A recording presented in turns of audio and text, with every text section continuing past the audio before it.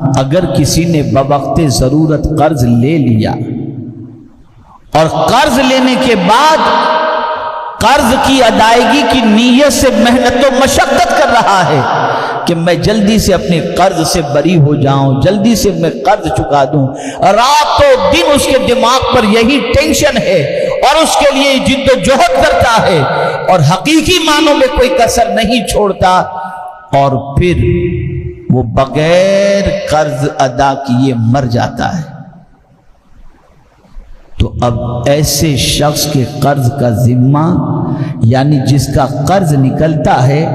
اس کو اللہ کے رسول صلی اللہ علیہ وسلم کل بروز قیامت راضی کر لیں گے، راضی کر لیں گے۔ بلکہ حدیث شریف ہے کہ جس نے مال چھوڑا یہ اس کے وارثوں کے لیے ہے، اور جو قرض چھوڑا وہ میرے ذمے ہے، سرکار فرماتے ہیں صلی اللہ علیہ وسلم۔ وجہ کیا ہے؟ تاکہ امت کے گناہ معاف ہو جائے، لیکن کس کے لیے؟ کہ جو قرض دینے کی کوشش کرتا ہے، محنت و مشقت کرتا ہے، رات و دن فکر میں لگا رہتا ہے کہ مجھ پر جو قرض ہے میں پہلے اسے چکاؤں، یہ نہیں کہ قرض نکل رہا ہے اور قیمتی چیزوں کا استعمال کر رہا ہے، وہ کم سے کم میں گزارا کر رہا ہے اور اپنے قرض کی ادائیگی کی فکر سب سے زیادہ رکھ رہا ہے۔ ایسے شخص کی اگر کیفیت یہ ہوئی کہ کوئی بعد میں اس کے مرنے کے قرض چکانے والا نہ ہو، تو مصطفیٰ جان رحمت صلی اللہ علیہ وسلم اس کی ذمہ داری لیتے ہوئے نظر آتے ہیں۔ معاشرہ ہے، انسان کی ضرورتیں ہیں، انسان اپنی ضرورتوں کے اعتبار سے قرض لیتا ہے اور اس کی پریشانی میں وہ قرض جو ہے وہ مانگ لیتا ہے۔ ہمیں اگر ضرورت پڑنے پر کبھی قرض لینا پڑے تو آج کا جو ماحول ہے، میرے بہت سارے بیپاری بھائی یہاں پر موجود ہیں، میں تو بیپاری کی کیا بات کروں، اگر آپ کو بتاؤں گا تو واللہ آپ کو حیرت ہوگی۔ بہت سارے عمرہ اور ٹور چلانے والے حضرات جو ہیں وہ یہ کہتے ہوئے نظر آتے ہیں، حضرت فلاں بیپاری پر ہمارے عمرے کے جو اس نے پوری فیملی کے ساتھ عمرہ کیا، ہمارا اتنا پیسہ نکلتا ہے، اس نے اپنی فیملی کے ساتھ حج کیا، ابھی تک پیسے نہیں دیا۔ شادی بیاہ میں کیٹریس، وہ لوگ فون کرتے ہیں اور کہتے ہیں دعا کریں حضرت، ایک کیٹر تو ڈوب گیا بیچارہ، تباہ ہو گیا، ختم ہو گیا، وہ صرف اس وجہ سے کہ بڑے بڑے مالداروں کی شادی کا آرڈر لیا اور آرڈر لینے کے بعد اس نے بہت لذیذ کھانے بنائے، کل آنا پرسوں آنا اور سال ہاتھ سال گزر جاتے ہیں، اس کو پیسہ دینے کا خیال نہیں آتا، اور ہاں پھر عمرہ بھی کرتے ہیں، حج بھی کرتے ہیں، عمرے کے لیے بھی بھیجتے ہیں، ادھر بھی جاتے ہیں ادھر بھی جاتے ہیں، اور سمجھتے ہیں ہمارے سارے گناہ معاف ہو جائیں گے۔ نادانو، کان کھول کر کے سن لو، اگر راہ خدا میں جان بھی اگر کوئی دے دے، شہید بھی ہو جائے تو سارے گناہ معاف ہو جائیں گے، لیکن قرض کا گناہ معاف نہیں ہوگا، نہیں ہوگا۔ اس لیے اول تو قرض لینے سے پرہیز کریں،